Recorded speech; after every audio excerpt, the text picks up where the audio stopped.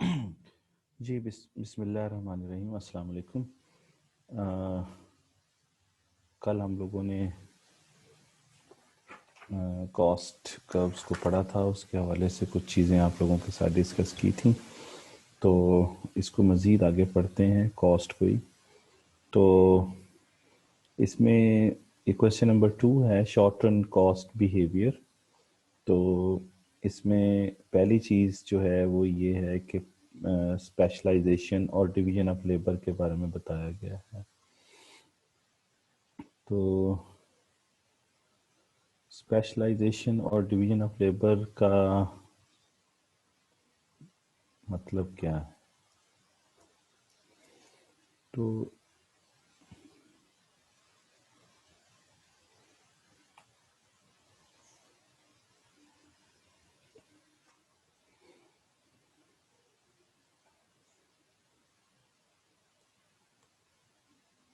Division of labour, division of labour and specialisation of the labour. तो ये दो चीज़ें हैं। स्पेशलाइजेशन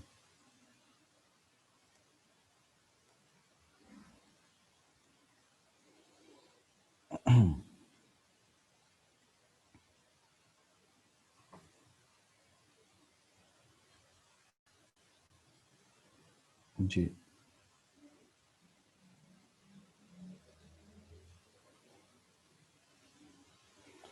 ये जो कॉन्सेप्ट है डिवीजन ऑफ लेबर का और स्पेशलाइजेशन का, ये कॉन्सेप्ट दिया था एडम स्मिथ ने। Adam Smith is the founder of economics.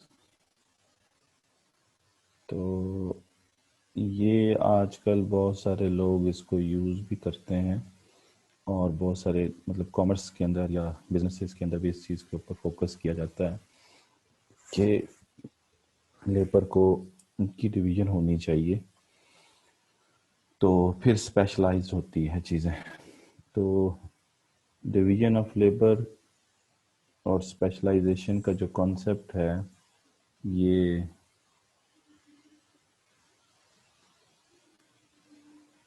Adam Smith ने दिया था। और एडम स्मिथ के बारे में मैंने आपको बताया कि he is the founder of economics. तो डिवीजन ऑफ लेबर के बारे में वो ये कहते हैं कि आप किसी भी टास्क को स्प्लिट कर दें डिफरेंट लोगों के अंदर, और उससे ये होगा कि हर बंदा अपने अपने काम में माहिर हो जाता है, तो स्पेशलाइजेशन आ जाती है। जब आप एक ही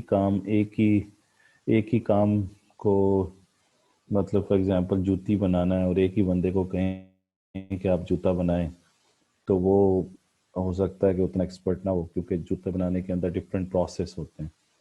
तो आप अगर एक उसको स्प्लिट कर देते हैं कि कुछ बंदे जो हैं वो सिर्फ उसका अपर बनाएंगे, तो वो अपर बनाने में माहिर हो जाएंगे, बार बार अपर बना के। उसके बाद कुछ लोगों से ये कहें कि आप सोल बनाना शुरू कर दें, यानी उसका नीचे वाला हिस्सा, तो वो उसमें माहिर हो जाएंगे। कुछ लोगों से कहें कि आप स्टिच करना शुरू करें अपर और सोल को, तो वो उसको स्टिच करके उसमें माहिर हो जाएंगे। कुछ लोगों से कहें कि इसको वो पॉलिश करें, तो वो पॉलिश में माहिर हो जाएंगे। कुछ लोगों से कहें कि पैकिंग करें, तो वो पैकिंग में माहिर हो जाएंगे। तो जिस तरह अगर एक ही जूता के सारे प्रोसेस एक शख्स को दे दिए जाएं फॉर एग्जांपल, तो वो इतना ज़्यादा स्पेशलाइज नहीं होगा। तो डिवीजन ऑफ लेबर का रिजल्ट ये निकलता है कि स्पेशलाइजेशन हो जाती है, और स्पेशलाइजेशन का नतीजा ये निकलता है कि उसके नतीजे में एफिशिएंसी बढ़ती है, एफिशिएंसी में इजाफा होता है। और इसका नतीजा ये निकलता है कि आपकी जो पर यूनिट कॉस्ट है वो रिड्यूस हो जाती है। और पर यूनिट कॉस्ट रिड्यूस होने के नतीजे में क्या होता है कि प्रॉफिट जो है वो बढ़ जाते हैं। प्रॉफिट को हम पाई से डिनोट करते हैं, प्रॉफिट बढ़ जाते हैं। तो इसका मतलब ये हुआ कि ये अच्छी चीज़ है, डिवीजन ऑफ लेबर अगर होती है तो उसके नतीजे में स्पेशलाइजेशन होती है, और स्पेशलाइजेशन के अपने कुछ बेनिफिट्स हैं। यानी वो बेनिफिट्स क्या हैं वो मैं भी आपको डिस्कस भी करता हूँ, लेकिन उसके नतीजे में एफिशिएंसी बढ़ती है, पर यूनिट कॉस्ट कम हो जाती है, और प्रॉफिट क्या हो जाता है वो बढ़ जाता है। तो ये सारे बेनिफिट्स हो जाते हैं उसके अंदर ना। अच्छा, एफिशिएंसी जब आप लोग कैलकुलेट करते हैं तो वो होती है आउटपुट डिवाइडेड बाय इनपुट या इनपुट्स। तो ये एफिशिएंसी का फार्मूला है कि कितने इनपुट्स लगा के कितनी आउटपुट प्रोड्यूस की है, तो एफिशिएंसी स्कोर आ जाता है आपके पास। और नॉर्मली आपका जो एफिशिएंसी स्कोर होता है वो 0 से 1 के दरमियान होता है। ठीक है ना जी। अच्छा, अब नेक्स्ट चलें। तो मैंने आपको बताया कि ये कॉन्सेप्ट किसने दिया है, एडम स्मिथ ने दिया है। तो एडम स्मिथ ने भी यही सारी बातें की जो मैं भी आपसे कर रहा हूँ। अब इसमें बेनिफिट्स ऑफ स्पेशलाइजेशन में आ जाए तो इसने जो एग्जांपल दी थी एडम स्मिथ ने, वो एक कॉमन पिन की एग्जांपल दी थी, और उसमें इसने ये कहा था कि जैसे कॉमन पिन आप लोगों ने देखी होगी, तो उसमें उसने कहा था कि इसमें डिवीजन ऑफ लेबर कर दीजिए। कुछ लोग जो हैं वो उस रॉड को बिल्कुल स्ट्रेट करेंगे, कुछ लोग उसको फिर काटेंगे, कुछ लोग उसको शार्प करेंगे, उसका एक एंड जो है, कुछ लोग उसका हेड लगाएंगे, तो वो कॉमन पिन बन जाएगी। तो इस तरह हर बंदा अपने अपने काम में माहिर हो जाएगा। इसका मतलब ये हुआ कि आप लोगों को ये कॉन्सेप्ट बहुत पहले से ही, यानी ये एडम स्मिथ ने जो बातें की थी, ये 1776 की बातें हैं। तो 1776 में डिवीजन ऑफ लेबर का कॉन्सेप्ट उसने दिया था। अच्छा, ऐसा होता है कि जो लार्ज बिजनेसेस होती हैं वो ज़्यादा एफिशिएंट होते हैं स्मॉल बिजनेसेस से। उसकी वजह ये है कि वो लार्ज बिजनेसेस इन दो चीज़ों पे रिलाय कर रहे होते हैं, यानी डिवीजन ऑफ लेबर और स्पेशलाइजेशन के अंदर। जैसे आप एक डिफरेंट सिटीज़ से बिलोंग करते हैं, तो आप लोग ये समझते होंगे कि जैसे कराची में बड़े बड़े मॉल होंगे, लाहौर में हैं, इसी तरीके से मुल्तान में है, इस तरह जो बड़े बड़े शहर हैं, फैसलाबाद है, तो वहाँ पर आपको नज़र आएगा कि हर एक शोबा मॉल के अंदर लैदा होता है। ये गारमेंट्स का शोबा है, ये बच्चों का है, फिर ये फूड का अलहदा शोबा है उसके अंदर।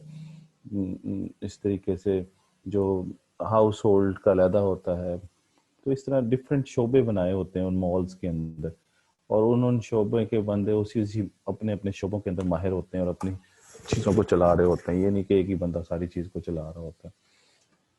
तो जो एक छोटी सी फर्म होती है या एक छोटा वो होता है, यूनिट होता है प्रोडक्शन का, तो उसमें जारी सी बात है कि वो स्मॉल क्वांटिटीज़ को प्रोड्यूस कर रहे होते हैं, और उसके लिए उनको स्टाफ जो है वो इतना ज़्यादा नहीं चाहिए होता है, और वो वही स्टाफ जो थोड़ा कम स्टाफ होता है वही सारे टास्क जो है ना वो देख रहा होता है। जैसे फॉर एग्जांपल एक कपड़े की शॉप ही है, तो उसके अंदर वो एक दो बंदे उन्होंने रखे हुए हैं, वही कपड़ा जो है आता है जब, तो उसको अनलोड भी करते हैं, वही उसको शेल्फ में भी लगाते हैं, वही उनको मेयर भी करते हैं, वही उसको बेचते भी हैं।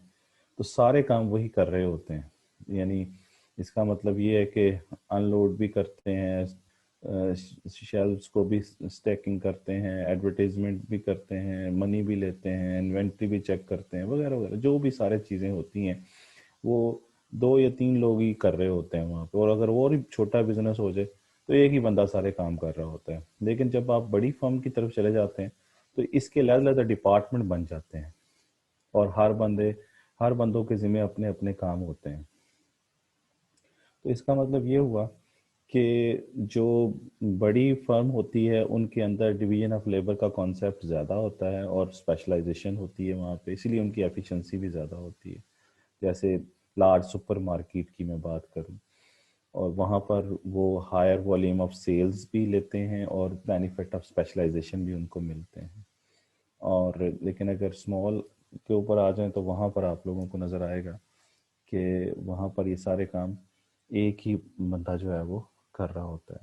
तो एक्चुअली अब ये समझना है कि जब डिवीजन ऑफ लेबर आप कर देते हैं तो डिवीजन ऑफ लेबर का मतलब ये है कि आप ब्रेकिंग डाउन करते हैं डिफरेंट एक जॉब को डिफरेंट टास्क के अंदर, और उनको फिर असाइन कर देते हैं कि आपने ये काम करने हैं। जैसे यहाँ पे आपको डेफिनेशन बुक के अंदर भी नज़र आएगी, मैं अभी आपको शेयर करता हूँ।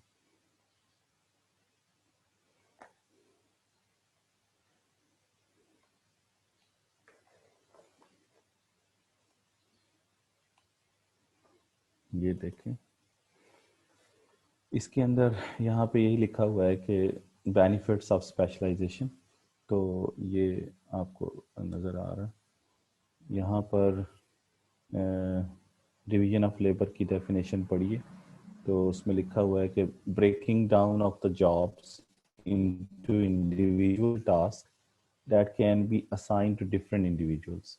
यानी आपने डिफरेंट टास्क जो है ना वो डिफरेंट लोगों को असाइन कर देने हैं। जैसे मैंने अभी आपको बताया कि शू फैक्ट्री के अंदर अपर बनाने वाला शोबा अलहदा, फिर सोल बनाने वाला अलहदा, स्टिच करने वाला अलहदा, पॉलिश करने वाला अलहदा। तो इस तरीके सुपर मार्केट की मैंने एग्जांपल दी, तो वहाँ पर भी इस डिफरेंट काम डिफरेंट लोग कर रहे होते हैं, और वो डिफरेंट जो है काम वो क्या क्या हो सकते हैं। यानी फॉर एग्जांपल अनलोडिंग करना है ना, अनलोडिंग द डिलीवरीज, फिर stacking the shelves, advertisement, sorry advising the customers, फिर टेकिंग मनी, फिर inventory checking and so on. ये डिफरेंट टास्क हैं जो कि आप क्या करते हैं वहाँ पर कर रहे होते हैं, और इन सब के अलग अलग लोग होते हैं जो इनको कर रहे होते हैं। ये वही डिफरेंट टास्क हैं जो मैं अभी आपको बताया है, और वो आपने डिफरेंट लोगों को असाइन कर दिए हैं, यानी डिफरेंट इंडिविजुअल्स को। कि इंडिविजुअल टास्क कौन कौन से हैं ये मैंने अभी आपको समझाए हैं। ये वाले सारे वो टास्क हैं, ये वाले 1 2 3, ये तो चंद लिखे हुए हैं ना यहाँ पे 5, इसके अलावा भी हो सकते हैं एंड सो ऑन। तो ये डिफरेंट इंडिविजुअल को आपने असाइन कर दिए। इस चीज़ को डिवीजन ऑफ लेबर कहते हैं। जब आप डिवीजन ऑफ लेबर कर देते हैं तो कुछ लोग ऐसे होंगे जो सिर्फ इन्वेंट्री चेक करने के माहिर होंगे। कुछ लोगों को ये काम कहा जाए कि आपने कस्टमर्स को एडवाइस करना है। कुछ लोगों से ये कहा कि आपने अनलोड करना है डिलीवरीज को, जब भी माल आएगा उनको आपने वहाँ लेके जाना है। तो इस तरीके से डिवीजन ऑफ लेबर जब हो जाती है तो उसके कुछ बेनिफिट्स आपको मिलते हैं। वो बेनिफिट्स क्या हैं? वो बेनिफिट्स यहाँ पे 4-5 लिखे हुए हैं। देखें ज़रा, मैंने अभी आपको बताया कि जब आप डिवीजन ऑफ लेबर करते हैं तो डिवीजन ऑफ लेबर होने से प्रोडक्टिविटी में इजाफा होता है, और उससे जो आपकी यूनिट कॉस्ट है वो रिड्यूस हो जाती है, एफिशिएंसी बढ़ जाती है। और अब ये क्या क्या बेनिफिट्स होते हैं, ये स्पेसिफिकली ये ABCDE तक आपको बेनिफिट्स बताए गए हैं। ये सारे, ये हेडिंग भी यही थी, बेनिफिट्स ऑफ द स्पेशलाइजेशन। ये तो स्पेशलाइजेशन के बेनिफिट्स क्या हैं। लेकिन स्पेशलाइजेशन कब होती है? पहले डिवीजन ऑफ लेबर होती है। जब आप डिवाइड कर देते हैं तो हर बंदा अपने अपने काम में माहिर हो जाता है। जैसे घरों में भी देख लें तो आप डिफरेंट काम असाइन कर देते हैं कि बहन को कह दिए जी आपने सिर्फ कपड़े इस्त्री करने हैं, तो वो कपड़े इस्त्री कर देती है। आप कहते हैं इतनी जल्दी कर लिए, वो कहती बस ये तो मेरे लिए तो कोई मसला ही नहीं। वो काम कर कर के स्पेशलाइज हो जाती है।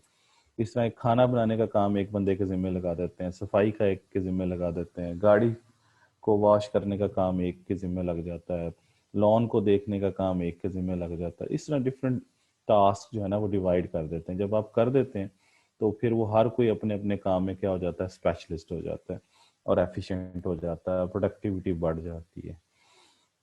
तो लेकिन और भी बेनिफिट देखें ज़रा, कि पहला ये है कि जब वो अपने अपने काम में माहिर हो जाते हैं तो वो कम टाइम में वही चीज़ कर लेते हैं। Need less time to learn the job, है ना, बिकॉज वो ट्रेंड ही एक ही काम के लिए हुए हैं, नॉट फॉर ऑल टास्क, है ना। तो वो एक काम के लिए ट्रेंड है और वही काम वो करते जाते हैं। यानी अगर आप बिजनेस में चले जाएं तो आप देखें डिफरेंट लोग, कुछ लोग सेल का काम करते हैं, तो वो सेल में ही एक एक एक फैक्ट्री से दूसरी फैक्ट्री, एक जॉब से दूसरी जॉब में चले जाते हैं, और वो सेल में ही माहिर होते हैं, सब काम नहीं करते। कुछ लोग एडवर्टीजमेंट के माहिर होते हैं, वो एडवर्टीजमेंट का काम करते हैं। तो इसका मतलब ये है कि अगर वो एक जॉब से दूसरे जॉब में स्विच करते हैं तो उन्हें कोई ज़्यादा टाइम नहीं लगता, क्योंकि वो वही काम वहाँ पे करना होता है उन्होंने, तो ये फ़ायदा है। फिर दूसरा ये है कि जो टास्क होते हैं वो अ, आप एलोकेट करते हैं उनकी एप्टीट्यूड को देख के, कि जी आप पहले चेक कर लेते हैं एज ए मैनेजर, फिर आप उनको एलोकेट कर देते हैं कि आप ये काम कर लें, आप ये काम कर लें। तो जितना जितना उनका एप्टीट्यूड होता है किसी भी काम की तरफ, वही देख के आप उसको उस तरफ ले जाते हैं। फिर उसके बाद है लर्निंग इफेक्ट्स। लर्निंग वही जो मैं भी आपसे बात कर रहा था, जब जब आप डिवाइड कर देते हैं काम को तो डिवीजन ऑफ लेबर हो जाती है, फिर वो हर कोई बंदा अपने अपने काम में स्पेशलिस्ट हो जाता है। जब स्पेशलिस्ट होता है तो लर्निंग उसमें आ जाती है। जैसे आप हॉस्पिटल में चले जाएं तो वहाँ पर भी आपको डिवीजन ऑफ लेबर मिलेगी, कि कुछ ईएनटी का डिपार्टमेंट अलहदा होगा, दिल वाले अलहदा होंगे, जिगर वाले अलहदा होंगे, फिर नज़र वाले अलहदा होंगे, फिर इस तरीके से और भी डिफरेंट जो डिपार्टमेंट्स हैं वो आपको मिल जाएंगे, हड्डी जोड़ तोड़ वाले अलहदा मिल जाएंगे आपको। तो इसका मतलब ये है कि हॉस्पिटल में भी आपको स्पेशलाइजेशन मिल जाती है। तो आप आई के मतलब लोग हैं, तो अगर आई का मसला है तो आप आई वार्ड में चले जाएंगे, तो वो आई के ही माहिर हैं। तो उसके अंदर वो जाहिर सी बात है वो 1 मिनट में देखें। कान का प्रॉब्लम हो तो वो कान वाले ईएनटी डिपार्टमेंट में चले जाएंगे।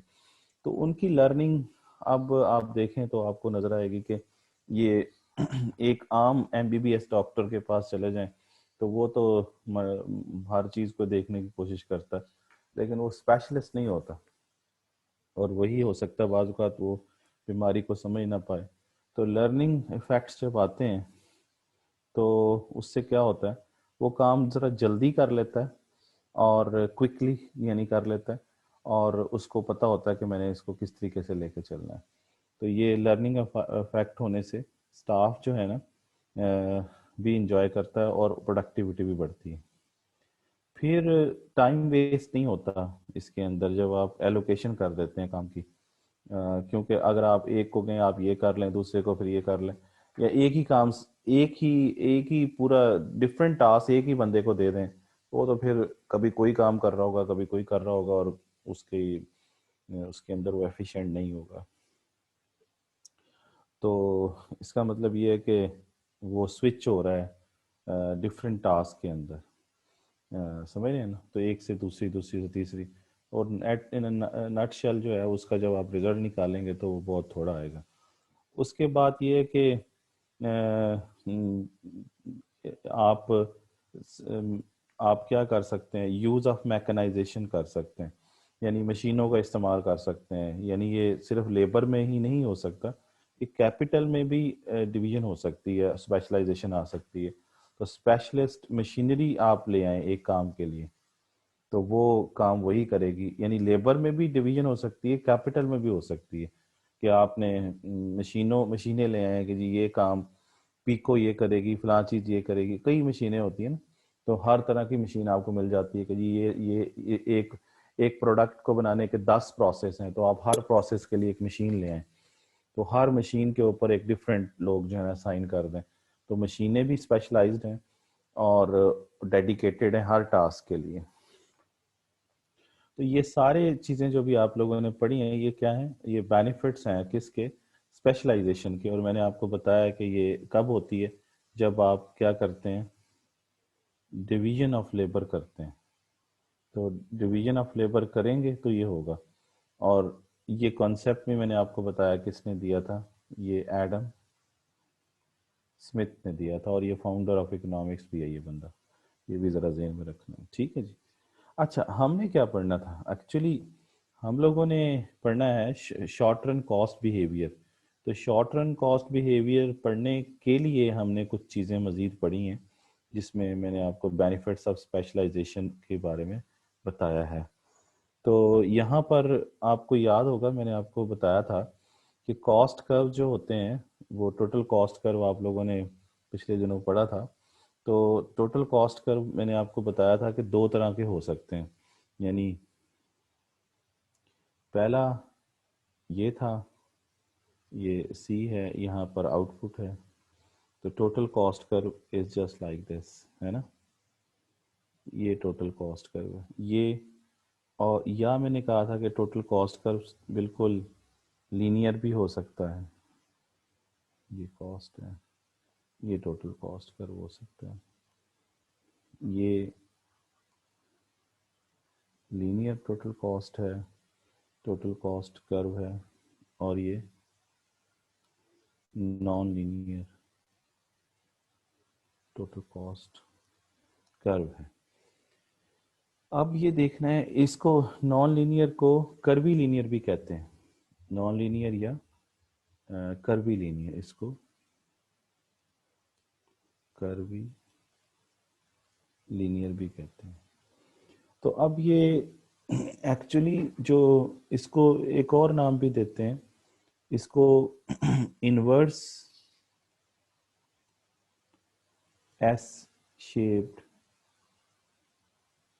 इनवर्स एस शेप्ड कर्व भी कहते हैं, inverse S shaped, inverse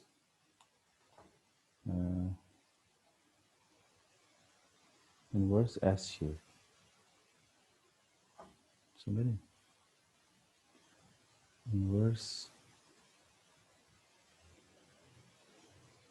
S shape, मैं ये दोबारा लिखता हूँ, inverse S shape, inverse S shape भी कहते हैं इसको, और इस किताब में भी आपको लिखा हुआ है assume to be S shape, ये एस शेप नहीं है, ये है inverse S shape, inverse S shape, ये गलत लिखा हुआ है यहाँ पे। तो इनवर्स एस शेप का मतलब ये वाला जो बना हुआ है ना, ये वाला, ये इनवर्स एस शेप है, उल्टे एस की तरह, एस नहीं है, ये उल्टा एस है।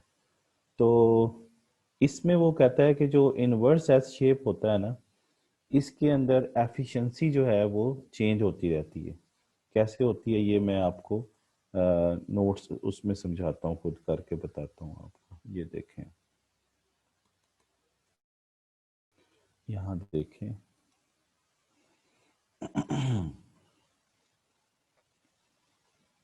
ये मैंने समझाया था आपको ना, टोटल कॉस्ट का, टोटल वेरिएबल कॉस्ट के बारे में बताया था, ये आपके सामने non linear linear total cost curve है ना। अच्छा, तो बहरहाल इसको मज़ीद समझते हैं। ये देखें,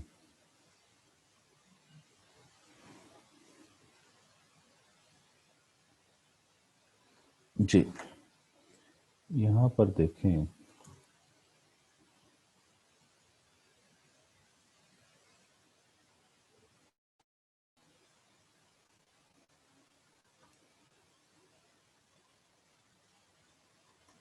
ये आउटपुट है, ये कॉस्ट, और ये और उसके बाद फिर ये टोटल कॉस्ट कर्व है।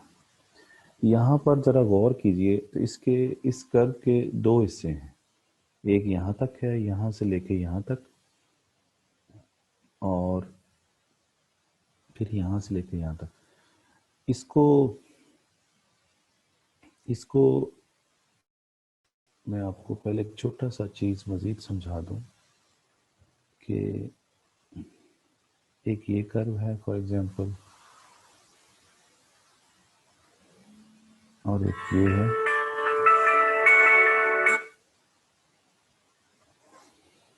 और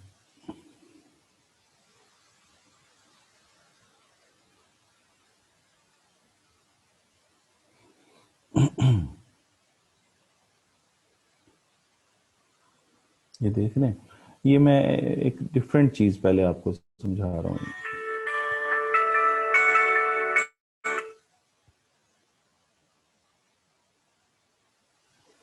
यहाँ देखें, ये जो चार कर्व्स आपको समझा रहा हूँ, ये एक्स्ट्रा चीज़ समझा रहा हूँ आपको।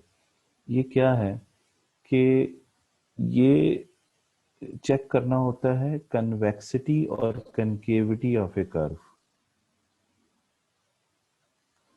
convexity and concavity of a curve.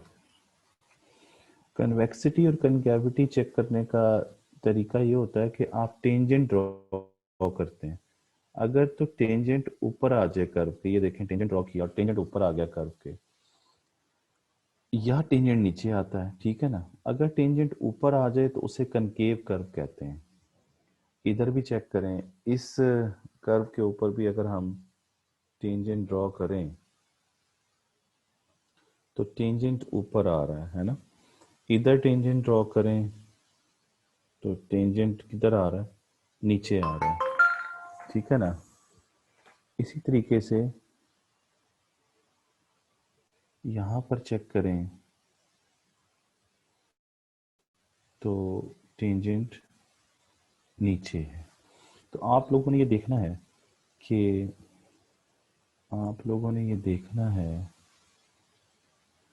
Sorry जी, आप लोगों ने ये देखना है कि if the tangent is above the curve, the curve is called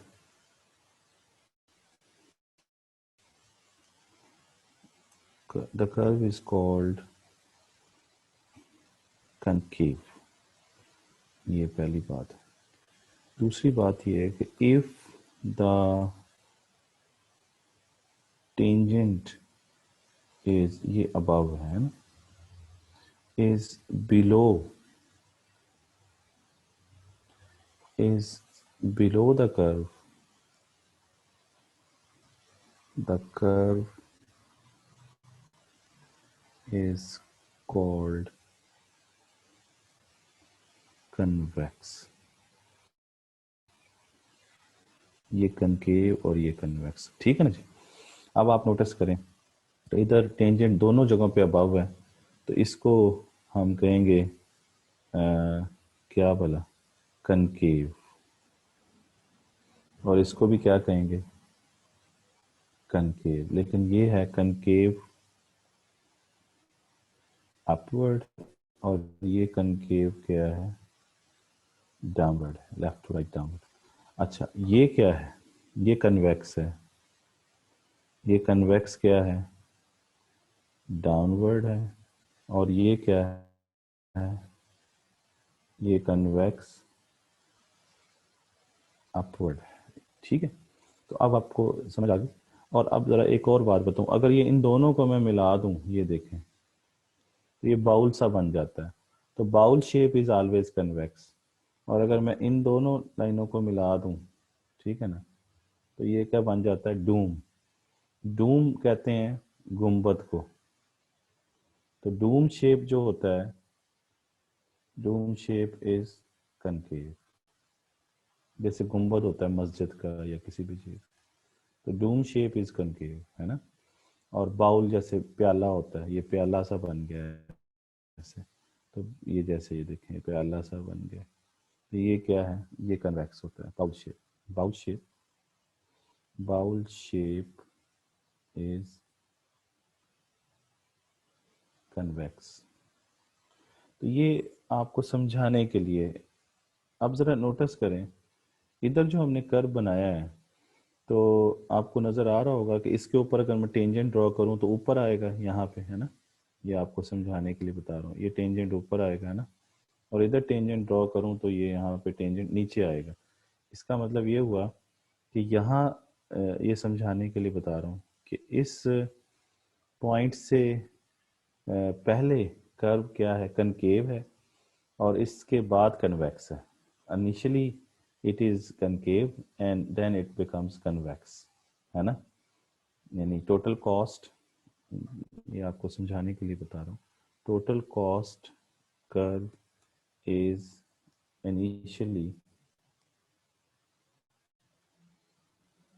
concave and then convex। क्यों बोला, ये टेंजेंट पहले ऊपर आ रहा है फिर नीचे आ रहा है। ठीक है जी, अब ये मैं ख़त्म कर रहा हूँ इसको, आपको समझा दिया ये चीज़।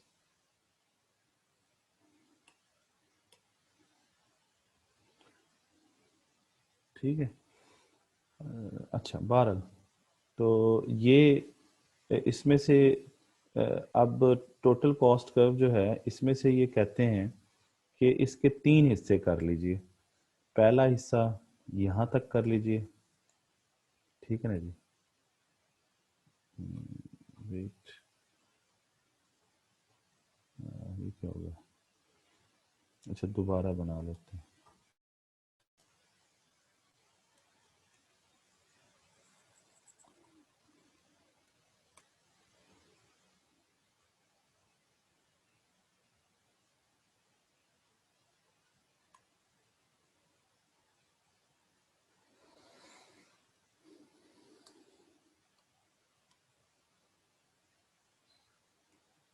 एक सेकंड जी।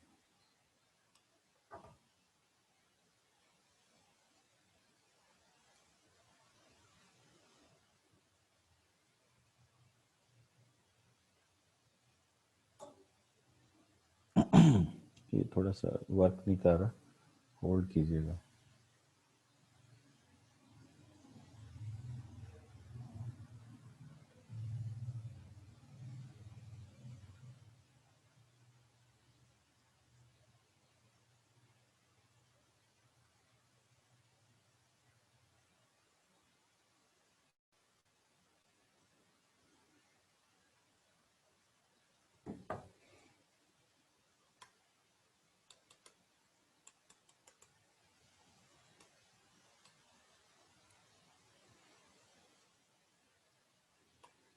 हम्म, अच्छा, ये समझ आ गई सारी बातें या नहीं? ये अभी भी वर्क नहीं कर रहा, मैं इसको अब शायद करेगा। अच्छा, होल्ड ऑन।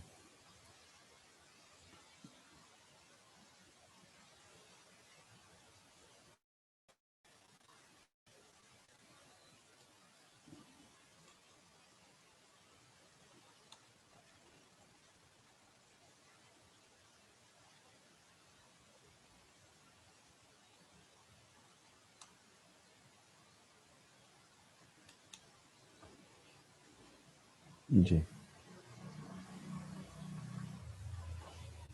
वो थोड़ा सा ये स्ट्रक हो गया था। अच्छा, तो अच्छा, यहाँ पे था मैं, ये आपको समझा रहा था, दिस वन।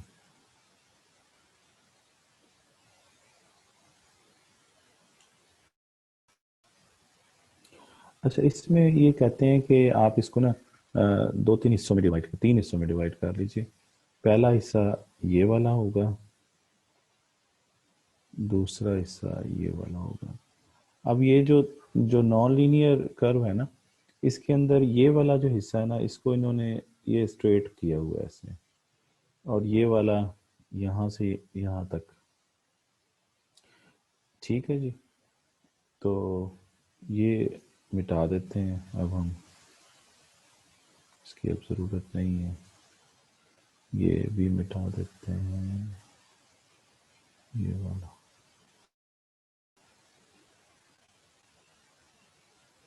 जी, तो ये आपको समझाने के लिए मैं बता रहा हूँ। अच्छा, अब ज़रा देखें, तो इसमें ये 3 हिस्सों में टोटल कॉस्ट कर्व को हमने डिवाइड कर लिया है। एक ऐसा है जिसमें टोटल कॉस्ट कर्व जो है वो फ्लैटर है, ये वाला शुरू वाला हिस्सा ये फ्लैटर है, और ये स्ट्रेट लाइन है, स्ट्रेट लाइन, और ये वाला हिस्सा जो है ये स्टीप पर है। तो 3 हिस्सों में डिवाइड कर लिया। अब तीनों हिस्सों में क्या हो रहा है, इन तीनों हिस्सों में हम चेक करते हैं। इन तीनों हिस्सों में जो फ्लैटर पोर्शन है फ्लैटर पोर्शन के अंदर जो आपकी वेरिएबल कॉस्ट है, वेरिएबल कॉस्ट पर यूनिट, वो क्या कर रही है, वो फॉल कर रही है। अच्छा, वेरिएबल कॉस्ट पर यूनिट अगर फॉल करे तो इसे हम कहते हैं increasing efficiency. This is called increasing efficiency. अच्छा, ये क्लियर होगी बात। दूसरा पोर्शन जो है वो है स्ट्रेट लाइन।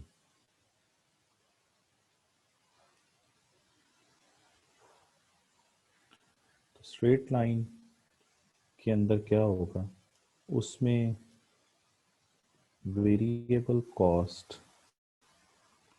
पर यूनिट वो क्या रहेगी, कांस्टेंट रहेगी। इसको हम कांस्टेंट एफिशिएंसी कहते हैं।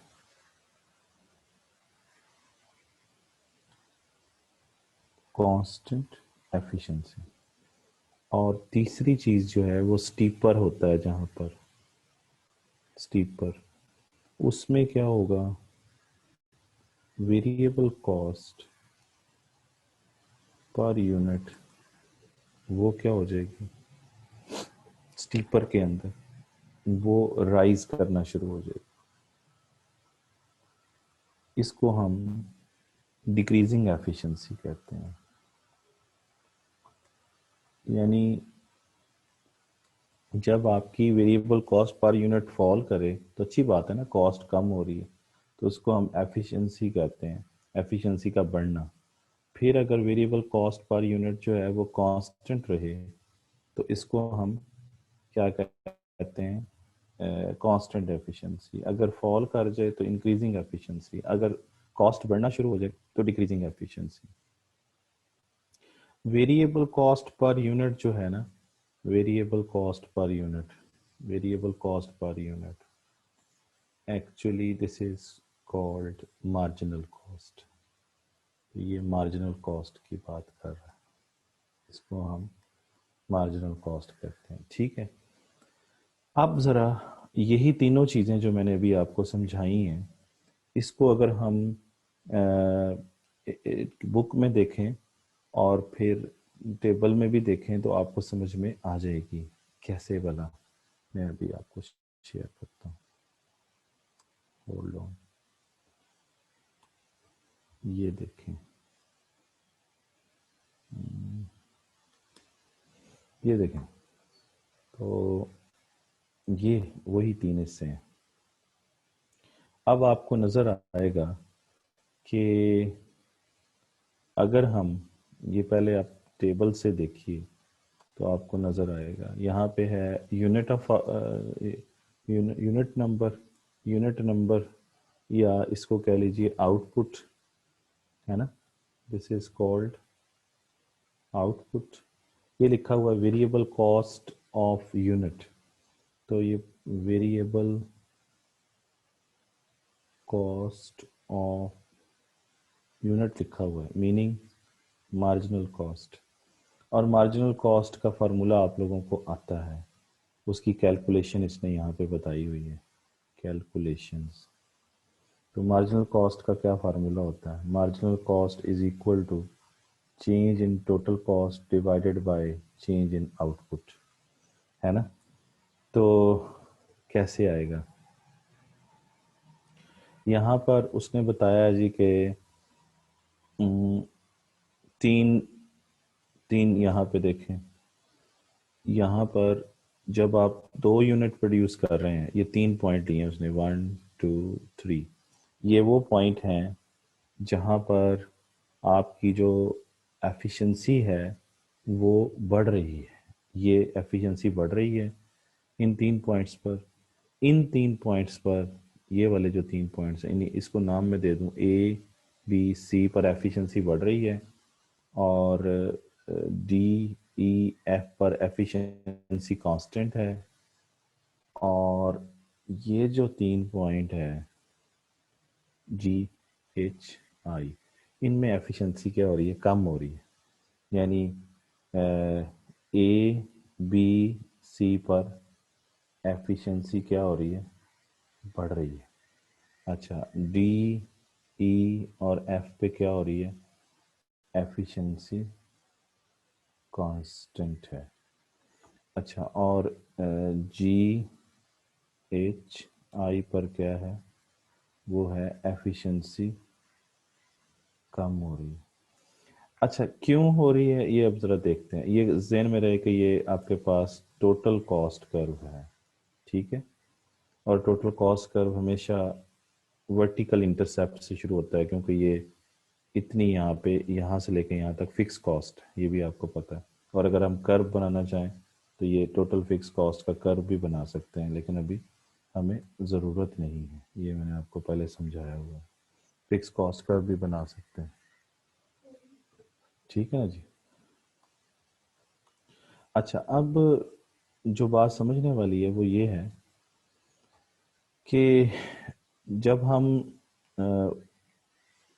ए पॉइंट से बी पॉइंट की तरफ मूव करते हैं तो हमें ए से बी, यानी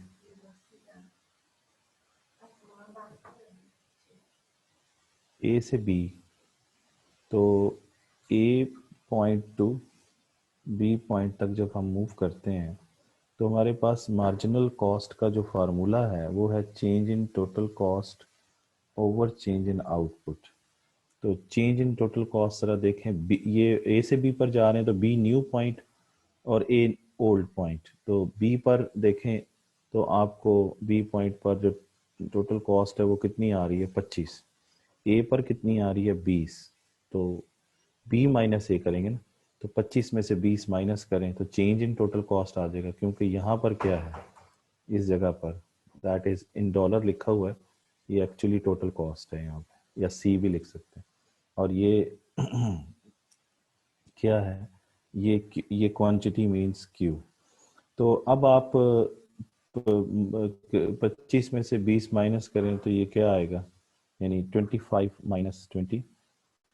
और अगर देखें बी पर आउटपुट कितनी है? 3। और ए पर कितनी? 2। 3 - 2 करेंगे तो 3 - 2 चेंज इन आउटपुट आ जाएगा। तो ये 5/1 5, ये 5 आपके पास मार्जिनल कॉस्ट आ जाएगी ए से बी के दरमियान। ये यहाँ पर इसने ये किया हुआ है 25 - 20, ठीक है, ये जो मैंने भी आपको कर, लेकिन इसने गलती ये किया कि इसने चेंज इन आउटपुट से डिवाइड नहीं किया। तो यहाँ पर 25 - 20 और डिवाइडेड बाय क्या होना चाहिए? ये गलती है इसके अंदर, वो क्या होनी चाहिए? 3 - 2। तो डिवाइडेड बाय, आप इसको कर दें 3 - 2, तो ये आएगा 1। तो जवाब क्या आएगा? 5। और यही 5 उसने यहाँ पर शो किया हुआ है, ठीक है ना जी। ये डिवाइडेड बाय आएगा, डिवाइडेड बाय दिस। मेरी बात समझ में आ गई? अच्छा, अब आप आ जाइए, कैसे? अब आ जाइए B to C। B to C आप मार्जिनल कॉस्ट फाइंड करें। तो B to C जो मार्जिनल कॉस्ट है वो क्या आएगी जी? B to C, B point से सी पॉइंट के दरमियान जी। अब आप फिर दोबारा मार्जिनल कॉस्ट फाइंड करेंगे तो क्या आएगा? फार्मूला में आता है change in total cost divided by change in output जी। तो 29 में से माइनस करेंगे 25, है ना, और इधर से डिवाइड करेंगे 4 में से आप माइनस करेंगे 3, तो 4 - 3, तो ये आएगा 4/1, यानी 4, है ना, इज इक्वल टू 4 आ जाएगा। और यही यही 4 यहाँ पे आपको नज़र आ रहा है, ये देखिए। तो 29 डिवाइडेड बाय, क्योंकि ये जो साहब है ना, ये वाला काम तो कर रहे हैं, ये चेंज इन क्यू नहीं कर रहे, तो चेंज इन क्यू भी नीचे करना पड़ेगा। तो ये आएगा डिवाइडेड बाय, क्या करेंगे, 4 - 3, तो ये 1 आ गया, तो ये 4, ठीक है ना, और ये 4 यहाँ पे शो हो गया, ठीक है। ये 3 और 4 के दरमियान आपने मार्जिनल कॉस्ट फाइंड कर ली। ये क्लियर होगी बात आपको? अच्छा, ये ए से बी, फिर बी से सी, अब आगे हम नहीं कर सकते। ये दो हो गए। तो उसके बाद आ जाइए, नेक्स्ट जो है वो क्या है, यहाँ से डी, ई और एफ के दरमियान। तो डी ई एफ के दरमियान करें जरा प्लीज, क्या आएगा? तो डी ई एफ पे क्या आता है, ये यहाँ पे कर लेते हैं इस जगह पे। तो सॉरी जी, ये करते हैं डी टू ई। तो डी टू ई करें तो फिर वही बात है, मार्जिनल कॉस्ट का फार्मूला क्या होता है? Change in total cost over change in output. जी, क्या आएगा? ई पर, ई से फिर डी पर जाएंगे ना, तो ई पर क्या आ रहा है? ई पर आ रहा है 42।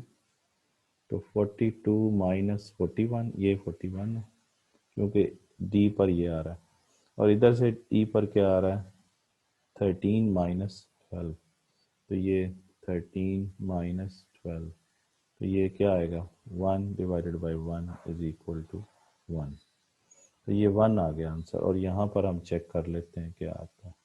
ये आपके सामने 1 आया हुआ है, ये दिस इज 1। और 1 की कैलकुलेशन यहाँ पे की हुई है। सिर्फ इसमें आपने डिवाइड करना है किससे भला? जैसे अभी हमने किया 13 माइनस 12, तो ये 1 आ जाएगा, इज इक्वल टू 1। समझ गए? इसी तरीके से जब हम कैलकुलेशन करेंगे ई से एफ तक, ये तो डी टू ई किया ना, फिर आप कर लें ई टू एफ। तो फिर वही चीज़, एम सी का formula, change in T C over change in Q. जी बताइए, एफ पर कितनी आ रही है वैल्यू? एफ पर है 43, 43 माइन, और ई पर कितनी आ रही है? 42, 42। और इधर से आप करें तो ये 14 माइनस 13, तो 1/1 इज इक्वल टू 1। तो ये फिर वही चीज़ आ गई यहाँ पर। क्या था बोला? यहाँ पर था 14 माइनस 13, तो 14 माइनस 13 डिवाइडेड बाई 1, तो ये जवाब 1, और ये 1 आ गया। अच्छा, इसी तरीके से हम बाकी भी 2 पॉइंट्स पर मेजर कर सकते हैं। अगर हम इस पे मेजर करें जी पर, तो जी पर कितनी आ रही है? जी टू एच पहले फाइंड करते हैं, कर लेंगे ये ना अब आप लोग, मैं एक और कर ही देता हूँ। जी टू एच, तो एम सी क्या है? Change in T C over change in Q. जी, तो क्या फार्मूला होगा जी? एच माइनस जी होगा ना। एच पर कितनी वैल्यू आ रही? 57 माइनस 54 और डिवाइडेड बाय 23 माइनस 22। तो इस 57 में से 54 माइनस करें तो ये 3 आ जाएगा, 3/1 3। तो ये 3 आ गया, चेक करें नीचे 3 आ गया, ये 3 वैल्यू आई हुई। इसके नीचे भी ये डिवाइड कर दें तो क्या आता है? ये आ रहा है 23 माइनस 22 डिवाइडेड बाई 1, ये 3 आ गया। अच्छा, अब आखिरी है, आखिरी ये है कि ये है पॉइंट आई से लेके, एच से लेके आई तक, from H to I measure करते हैं जी। जी, एच टू आई जी, M C is equal to change in T C over change in Q. जी जनाब, तो आई पर क्या है? 62 माइनस 57 डिवाइडेड बाय 24 माइनस 23। तो ये 62 में से 57 माइनस करें तो जवाब क्या आएगा? 5/1। तो ये 5 आंसर आ जाएगा आपके पास, ठीक है ना जी? तो ये हो गया जी, 5 चेक करें, ये 5 आ गया। तो आपने माइनस, ये क्लियर होगी ना बात? इसको भी इसी तरीके से 24 डिवाइड माइनस 23, तो ये 5/1 और ये 5 आ गए। तो ये कैलकुलेशन आ गई आपके सामने। अच्छा, अब यहाँ पर चेक कीजिए कि इस टीसी के अंदर तीन उसने पोर्शन शो किए हैं। एक ऐसा पोर्शन है जिस ये वाला हिस्सा, ये वाला जो हिस्सा है, इसको मैं अब थोड़ा सा इसको कलरफुल कर दूं। ये वाला जो हिस्सा है, ये वाला, ये फ्लैटर है, दिस इज फ्लैटर। अच्छा, और अगर हम अगर हम सॉरी, अगर हम ये वाला हिस्सा देखें, ये वाला, ये स्ट्रेट लाइन है, ये दूसरा हिस्सा है। और तीसरा हिस्सा जो है ना इसके अंदर, वो कौन सा है? वो हिस्सा है, कोई और कलर ले लेते हैं, ग्रीन कर देते हैं। तो ये जो ग्रीन कलर है, ये स्टीपर है। स्टीपर के अंदर अगर नोटिस करें तो क्या हो रहा है, स्टीपर के अंदर ये वाला हिस्सा स्टीपर है, यानी ये जो ग्रीन है ये स्टीपर है, और जो ये पर्पल है ये स्ट्रेट है, और ये जो ये है, ये क्या है, ये फ्लैटर है। तो फ्लैटर पोर्शन के अंदर ज़रा देखें तो फ्लैटर वाले पोर्शन में marginal variable cost of unit या मार्जिनल कॉस्ट कम हो रही है। जब ये कम होगी तो ये क्या है, ये इसमें इंक्रीजिंग एफिशिएंसी है। यानी इसके अंदर अगर हम कॉलम ऐड कर दें और यहाँ पे लिखें एफिशिएंसी, तो इसमें एफिशिएंसी बढ़ रही है, बढ़ रही है, क्योंकि ये गिर रही है। कॉस्ट गिरेगी तो एफिशिएंसी बढ़ेगी।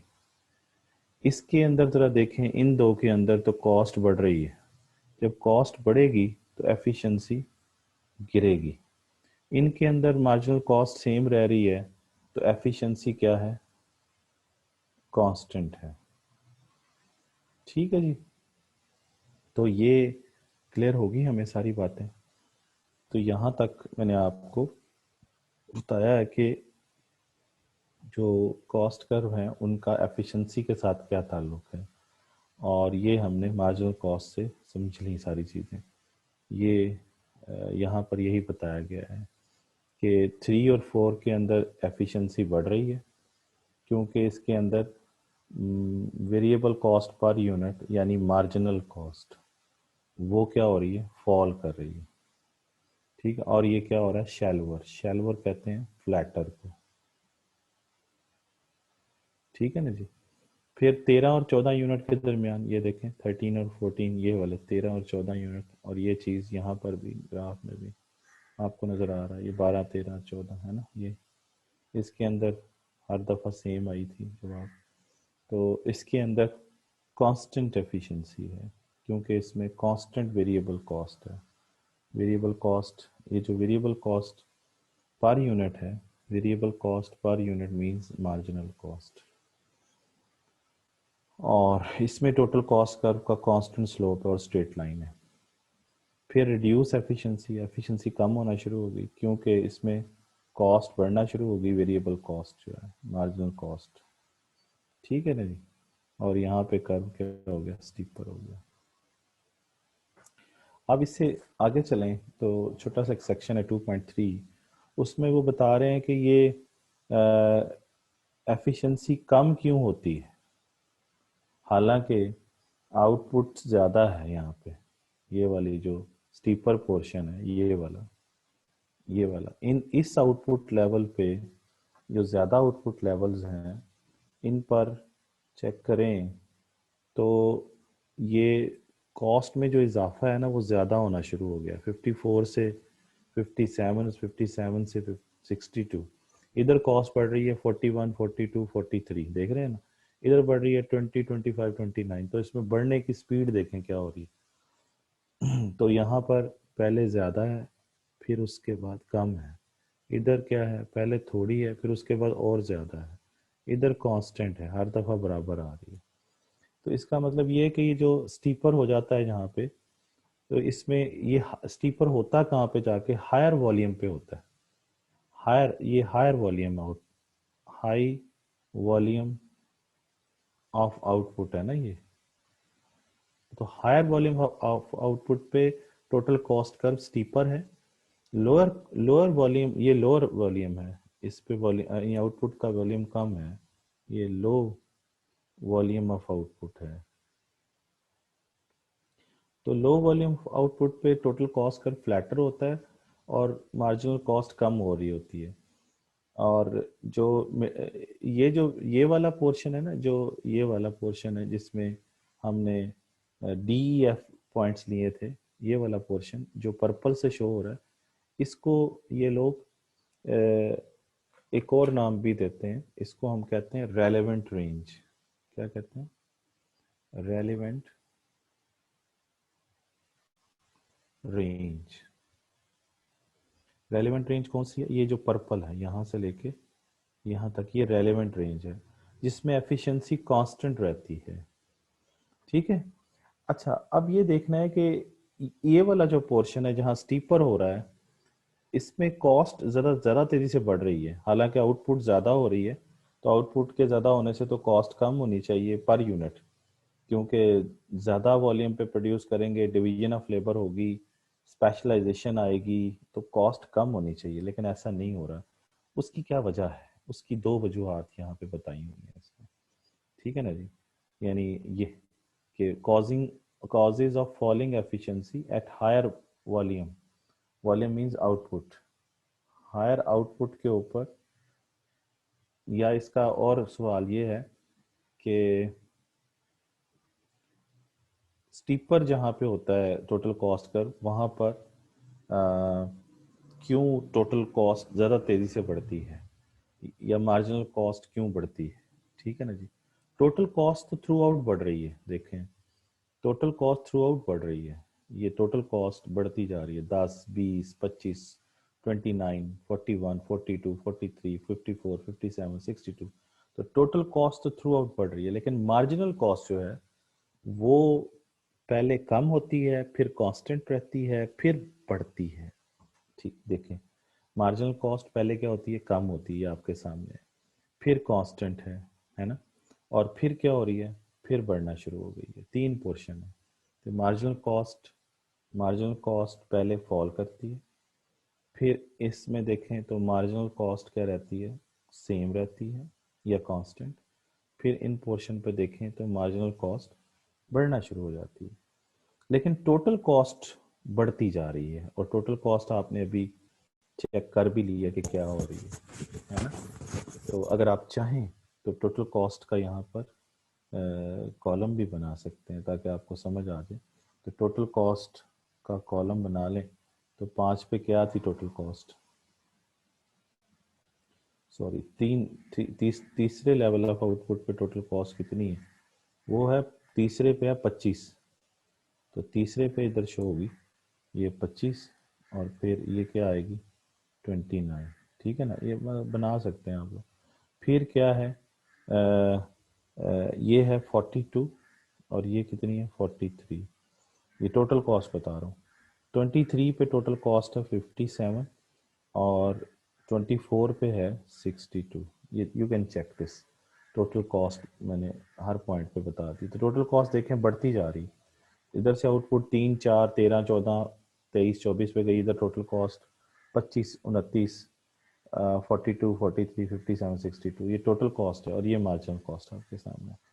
अच्छा, अब जो है, अब ये देखना है कि जैसे अभी मैंने आपको समझाया था कि मार्जिनल कॉस्ट का बढ़ना जो है वो क्या है, ज़रा देखें। ये बात मैंने आपको समझाई थी, जस्ट अ मिनट, यहाँ देखें, ये जो भी नोट्स मैंने आपको दिए थे लिख के, बार बार ऊपर चला जाता है।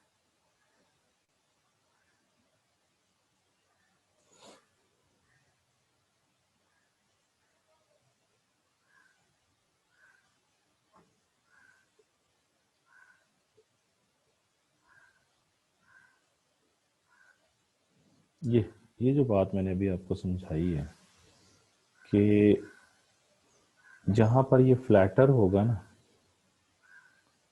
वहां पर ये एफिशिएंसी क्या होगी, वो फ्लैटर जहां पे टोटल कॉस्ट कर्व होगा, फ्लैटर ये फ्लैटर टोटल कॉस्ट है, straight line total cost curve और स्टीपर भी टोटल कॉस्ट। तो देखें वहां पर एफिशिएंसी का बढ़ना, एफिशिएंसी कांस्टेंट रहना, जहां मार्जिनल कॉस्ट फॉल करेगी उसका मतलब ये है कि एफिशिएंसी बढ़ रही है, कॉस्ट जो कम हो रही है। और जहाँ कॉस्ट बढ़ना शुरू हो जाए वहाँ पर एफिशिएंसी क्या होगी, कम होना शुरू हो जाएगी, ठीक है ना। और जहाँ मार्जिनल कॉस्ट कांस्टेंट रहेगी वहाँ पे एफिशिएंसी भी क्या रहेगी, कांस्टेंट रहेगी। सवाल ये है कि सवाल ये है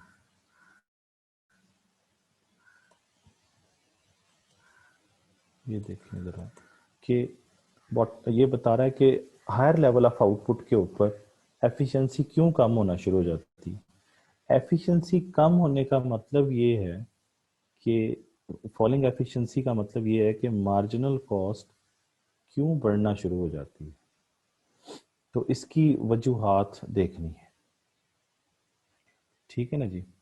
तो ये आप देखें कि total cost per unit rising at higher levels of production. तो उसकी दो रीजन उसने बताई है। पहला कि जब आप हायर लेवल ऑफ आउटपुट पे चले जाते हैं तो उस वक्त बॉटलनेक्स प्रोडक्शन प्रोसेस में बहुत ज़्यादा आ जाता है, क्योंकि बिजनेस उस वक्त बहुत ही ज़्यादा हार्ड चल रहा होता है, बहुत ज़्यादा आउटपुट हो रही होती है। इस वजह से कॉस्ट बढ़ना शुरू हो जाती है, बॉटल नेक्स आते हैं प्रोडक्शन के अंदर। फिर दूसरा ये कि आपकी जो हायर कॉस्ट ऑफ लेबर है वो हो जाती है, आपको ज़्यादा प्रीमियम ओवर टाइम पे करना पड़ता है, वर्क लोड से ज़्यादा उनसे काम लेना पड़ता है, कॉन्ट्रैक्ट स्टाफ लेना पड़ता है, क्योंकि ज़्यादा आउटपुट पे आप चले जाते हैं ना। ज़्यादा आउटपुट पे जाएंगे तो ओवर टाइम उनको पे करना पड़ेगा, तो हाई उनको कॉस्ट पे करनी पड़ती है। तो ये प्रोडक्शन प्रोसेस में बॉटलनेक्स आते हैं, यानी मसाइल आते हैं, और फिर कॉस्ट बढ़ना शुरू हो जाती है। ये दो वजूहात बताई हैं स्टीपर होने की, यानी why total cost is steeper at higher level of output. तो उसकी ये दो रीजंस आ गई, एक ये, ठीक है ना जी। ये टॉपिक यहाँ तक ख़त्म हुआ। आगे चलें मज़ीद 2.4। अब यहाँ पे बता रहे हैं कि जो ये सारी जो हमने कार्रवाई पढ़ी है ये कर्वी लीनियर कॉस्ट कर्व की पढ़ी है ना, ये लीनियर नहीं है कॉस्ट कर्व। लीनियर इसमें से सिर्फ ये वाला हिस्सा है जो कि स्ट्रेट है, यहाँ पे ये वाला हिस्सा लीनियर है, ये वाला जो आपको पर्पल में शो हो रहा है यहाँ पे, ये लीनियर टोटल कॉस्ट कर्व है, जिसको उन्होंने क्या नाम दिया था, रेलेवेंट रेंज का। This is your relevant range, ये रेलेवेंट रेंज है, यानी यहाँ से लेके यहाँ तक जहाँ से ये पर्पल हो रहा है, जहाँ से ये पर्पल हो रहा है ना, वो रेलेवेंट रेंज है। ये वाली जो मैं ये वाला ये रेलेवेंट रेंज है, दिस वन, ये रेलेवेंट रेंज है पर्पल वाला सारा, ठीक है ना जी। तो इसका मतलब ये हुआ कि ये पूरा जो कर्व है actually this is curvy linear या इनवर्स एस शेप है, ये जरा देखें आप, this is inverse S shape.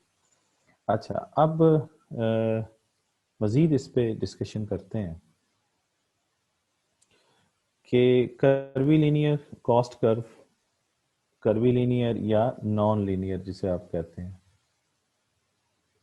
Non linear या कर्वी लीनियर जो भी कहेंगे, तो उसके इम्प्लीकेशंस क्या हैं। Figure 1 showed the straight line cost curves.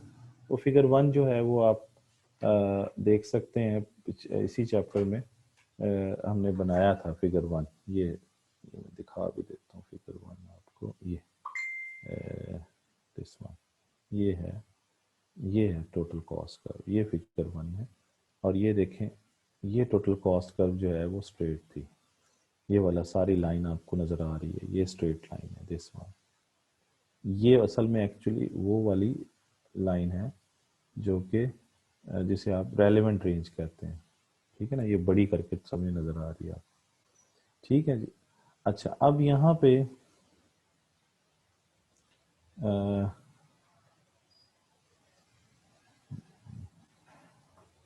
जी, ये मैं भी आपको, हाँ जी, यहाँ देखें इम्प्लीकेशंस ऑफ द कॉस्ट का। तो नॉर्मली जो अ, ये लोग यूज़ करते हैं, जिस मैनेजमेंट अकाउंटिंग जैसे आप लोगों का है, उससे वो स्ट्रेट लाइन कॉस्ट कर्व से ही इस चीज़ को समझा देते हैं। मैंने अभी आपको समझाया कि ये ज़रा देखें कि कांस्टेंट वेरिएबल कॉस्ट जो है पर यूनिट, यानी मार्जिनल कॉस्ट जहाँ कांस्टेंट होती है, वो किस में आती है? ये मिड रेंज आती है, mid range of the curve. और इसको मैंने अभी आपको समझाया कि इसको रेलेवेंट रेंज भी कहते हैं। ये बात ठीक होगी। और इसके अंदर दूसरी चीज वो बता रहा है कि इस रेलेवेंट रेंज से, इस रेलेवेंट रेंज से अगर आप ये बिलो गलत लिखा हुआ है, ये मिटा दें यहाँ से। प्रोड्यूसिंग एट वॉल्यूम यानी अबव द रेलेवेंट रेंज, तो आपकी वेरिएबल कॉस्ट क्या होगी? बढ़ जाएगी, है ना, जहाँ वो स्टीपर हो जाता है। तो ये बात भी हम कर चुके हैं पहले कि अगर इस रेलेवेंट रेंज से ऊपर चले जाएं, ये देखें, ये वाली है ना रेलेवेंट रेंज, ये वाली रेलेवेंट रेंज है। इससे ऊपर चले जाएं तो 23 और 24वां यूनिट प्रोड्यूस करेंगे तो मार्जिनल कॉस्ट बढ़ना शुरू हो जाएगी। तो ये लॉस होगा आपको, क्योंकि कॉस्ट बढ़ना शुरू हो गई है आपकी। ठीक है ना जी। तो बहरहाल, अच्छा, उसके बाद एक और उन्होंने बताया कि there will be a single level of production lead to lowest cost of production, producing below and above this level will result in higher cost of production. यानी एक लेवल होगा जहां पर आपकी जो है वो मार्जिनल कॉस्ट सबसे कम आ जाएगी और उसके बाद वो बढ़ना शुरू हो जाएगी। तो वो हमने पहले देख ही लिया कि ये देखें, मार्जिनल कॉस्ट पहले 5 थी, फिर 4 थी, फिर 1 आ गई। उसके बाद फिर ये 1 से बढ़ के 3, फिर 5 होगी। तो ये 14 है, जो 14 लेवल ऑफ आउटपुट है जहाँ पर एक कम से कम मार्जिनल कॉस्ट। ठीक है ना जी। चलें जी, तो ये भी हो गया। अच्छा, अब यहाँ पे एक और कहानी है, वो ये है कि ये कैलकुलेशन उसने पूछी हुई है आपसे, तो ये देखनी है आपने। यहाँ पर वो आपसे पूछ रहा है कि आपने यहाँ पर टोटल कॉस्ट तो कैलकुलेट की है, ये सारी, sorry, marginal cost, marginal cost की है ना मैंने, ए से बी, बी से सी, सी से डी, ये सारी हर पॉइंट में मैंने मार्जिनल कॉस्ट की हुई है। लेकिन अगर आपको कहा जाए कि आप एवरेज कॉस्ट फाइंड करें, तो वो नहीं हमने की इसके अंदर, है ना। एवरेज कॉस्ट क्या फार्मूला होता है? एवरेज कॉस्ट का फार्मूला होता है जी total cost divided by output, है ना। ये एवरेज कॉस्ट का फार्मूला होता है। तो अगर मैं कहूँ ए पॉइंट पर एवरेज कॉस्ट फाइंड करें, तो कर लेते हैं, कोई मसला नहीं। एट पॉइंट ए, जी टोटल कॉस्ट देखें ए पॉइंट पे कितनी है? 20। और आउटपुट कितनी है बी, बी पॉइंट, ए पॉइंट पे, ए पॉइंट पे देखें ना, ए पॉइंट पर टोटल कॉस्ट है 20, और ए पॉइंट पर आउटपुट कितनी है? 2। तो 2 से बस डिवाइड कर दें, एवरेज कॉस्ट आ जाएगी आपके पास। ये 2 से डिवाइड करें तो ये क्या आ जाएगी? 10। तो ये एवरेज कॉस्ट है। अब मैं कहता हूँ बी पॉइंट पे फाइंड करें, एट पॉइंट बी। जी बताइए क्या होगा? बी पॉइंट पे टोटल कॉस्ट कितनी है? 25। तो 25 डिवाइडेड बाय आउटपुट कितनी है वहाँ पे? 3। तो 25 को 3 से डिवाइड करें तो क्या जवाब आएगा? ये आएगा 8.33। इसी तरीके से ये मैं आप लोगों को एवरेज कॉस्ट बता रहा हूँ। एट पॉइंट सी कैलकुलेट करें तो सी पर कितनी आ रही है? 29 टोटल कॉस्ट, और डिवाइडेड बाय 4। तो 29 तकसीम 4 करेंगे तो ये आ जाएगा 7.25। ठीक है ना जी। फिर इसी तरीके से एट पॉइंट डी कैलकुलेट करें तो डी पर कितनी है आउटपुट?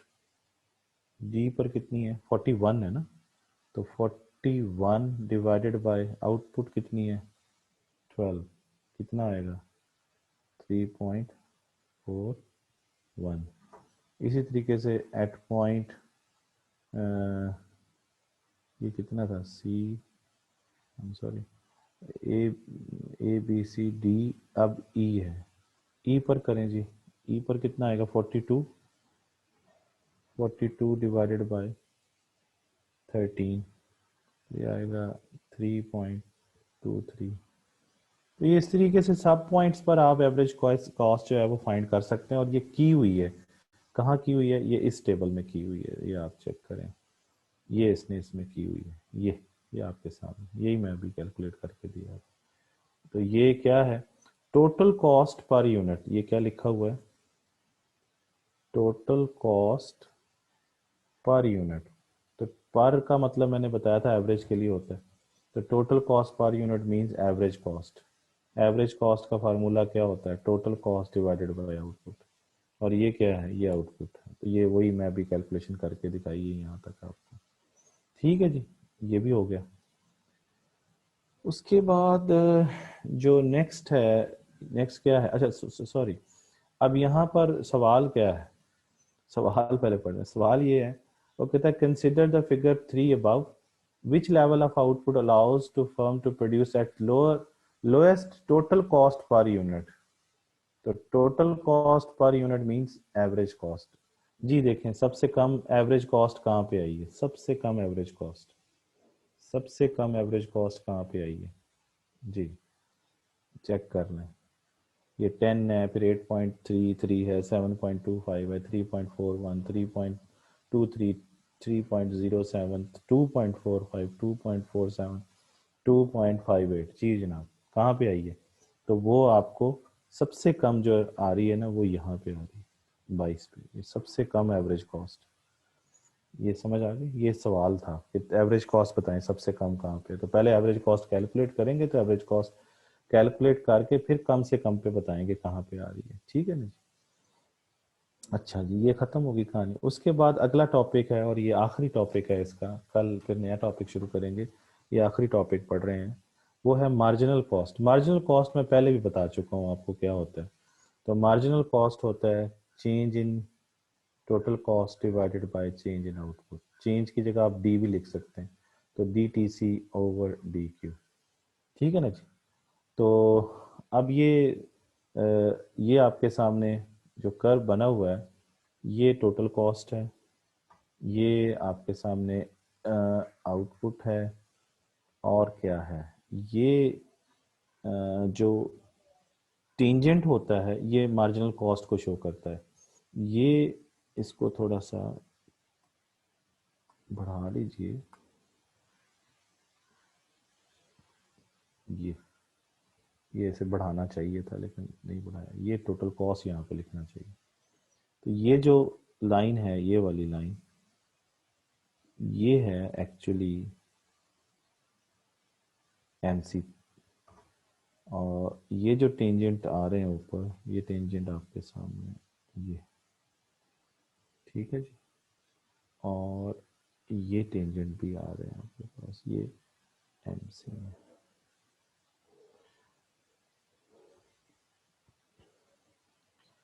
टेंजेंट shows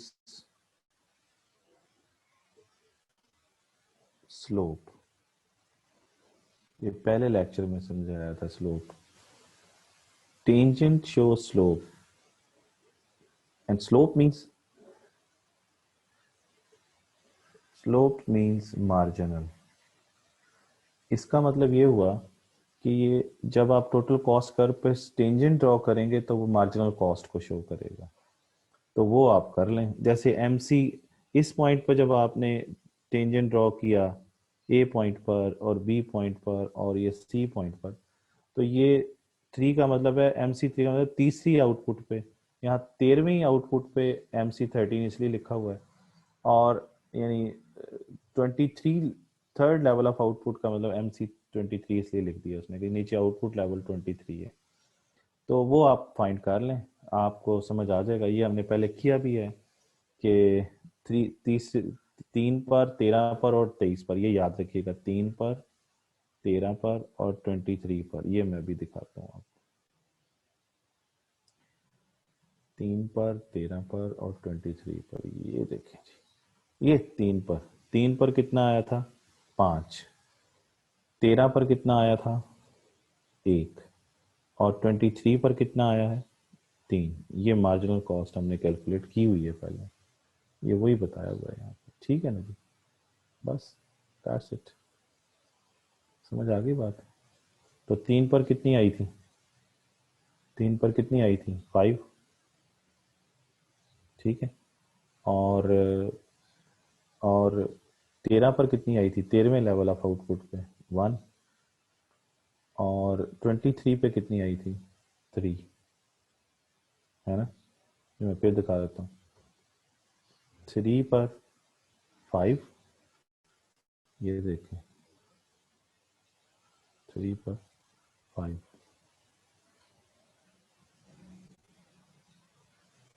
ये देखें, ये 3 पर 5 है, ये 5। फिर 13 पे कितनी बता रहा था? 1, ये 1 आ गई। 23 पे कितनी बता रहा है? 3, तो ये 3 यहाँ पे मैं दिखा देता हूँ, ये 3। ठीक है ना जी, ये आपका कहानी समझ आ गई है। इसको मज़ीद थोड़ा सा बता दूँ मैं आपको कि एक तो ये कि इसको आपने ठीक कर लेना है, इसको थोड़ा एक्सटेंड किया है मैंने, टोटल कॉस्ट कर नहीं लिखा हुआ था, ये लिख लेना है जैसे मैंने लिख के दिया आपको। फिर यहाँ पे देखें तो ये जो मैं इसको आपको ना बना के खुद समझाता हूँ। ये देखें,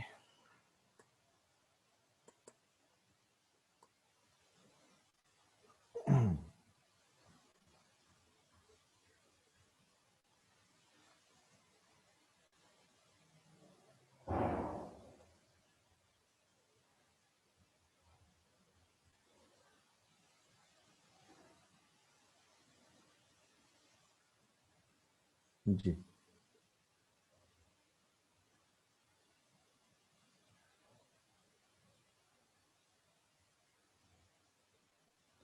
ये देखें,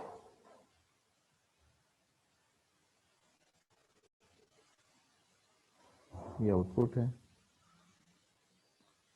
और ये टोटल कॉस्ट करेगा। ठीक है ना जी, देखें ज़रा। और ये हमारे पास, ये पहले क्या है? कनकेव है, और यहाँ से फिर ये कन्वेक्स है।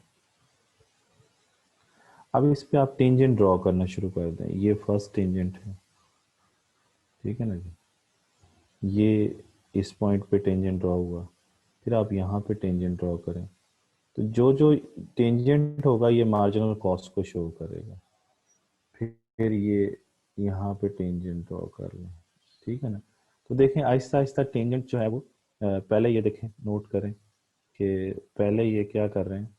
ये देखें, ये पहले स्टीपर है, फिर उसके बाद ये फ्लैटर है, उसके बाद मज़ीद फ्लैटर है। तो स्टीपर का याद रखें, मैंने कहा था स्टीपर का स्लोप ज़्यादा होता है, इसका मतलब यहाँ मार्जिनल कॉस्ट ज़्यादा आएगी, यहाँ उससे कम आएगी, यहाँ उससे कम आएगी। यानी ए पॉइंट पर, फिर बी पॉइंट पर, और फिर सी पॉइंट पर। तो ए पॉइंट पर, पॉइंट ए से जब पॉइंट सी की तरफ जाते हैं तो टेंजेंट क्या हो जाता है? टेंजेंट इनिशियली क्या है? स्टीपर है, एंड देन फिर क्या होता जाता है? फ्लैटर होता चला जाता है। और ये बताया था steeper has more slope than flatter. तो स्लोप मींस मार्जिनल, तो इधर स्टीपर है तो इसका मतलब इसकी मार्जिनल वैल्यू ज़्यादा आएगी। ये असल में किसको शो कर रहा है? सारे क्या हैं? एम सी हैं। फिर इसके बाद यहाँ देखें, यहाँ टेंजेंट यहाँ नीचे आएंगे, फिर टेंजेंट और नीचे आएंगे, सॉरी ये टेंजेंट नीचे आएंगे। ये बात समझ आ गई? तो ये टेंजेंट, सॉरी,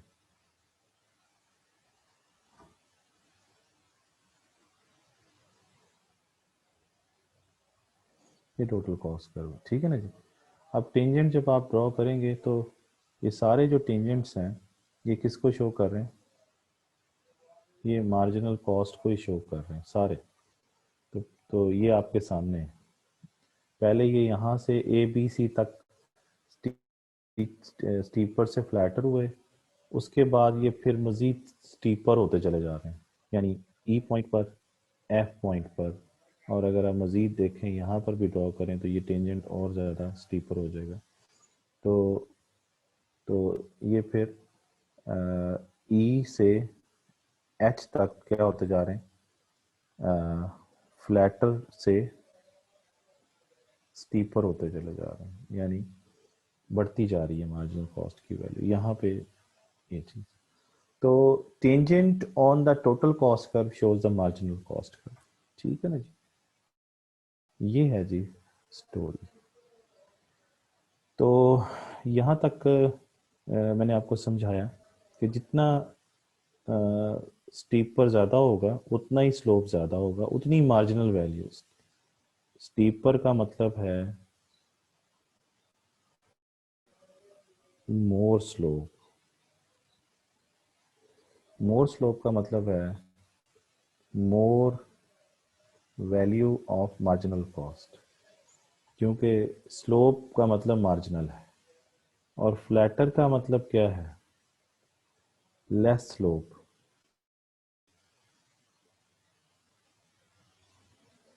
इसका मतलब है less value of marginal cost. तो ये है जी इन अ नटशेल।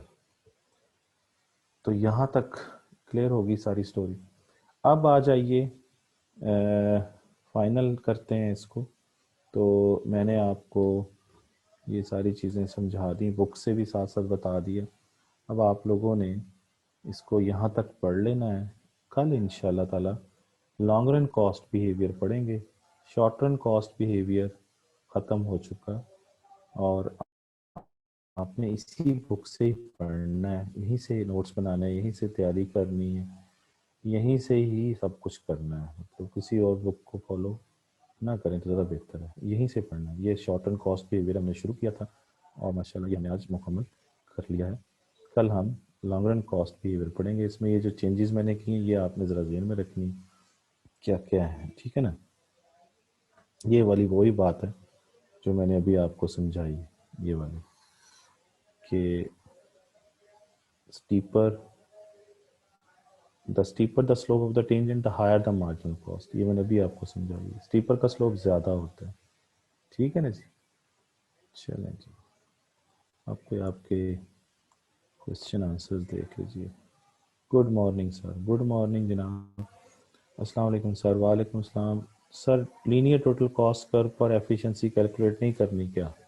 की तो है भाई, एफिशिएंसी कैलकुलेट तो किसी पे भी नहीं की हमने। हमने तो उससे एफिशिएंसी पॉइंट आउट की है कि मार्जिनल कॉस्ट अगर सेम रहती है तो एफिशिएंसी कांस्टेंट रहेगी। समझ आई बात? बॉटल नेक्स मीन्स के प्रॉब्लम्स, प्रॉब्लम आ जाना। जैसे बॉटल देखिए, उसका नेक का आ जाए, शुरू में बड़ी, नीचे से बॉटल बड़ी होती है, नेक की तरफ आते जाए तो छोटी सी हो जाती है उसकी, इसको कहते हैं बॉटल नेक, यानी प्रॉब्लम में आ जाना।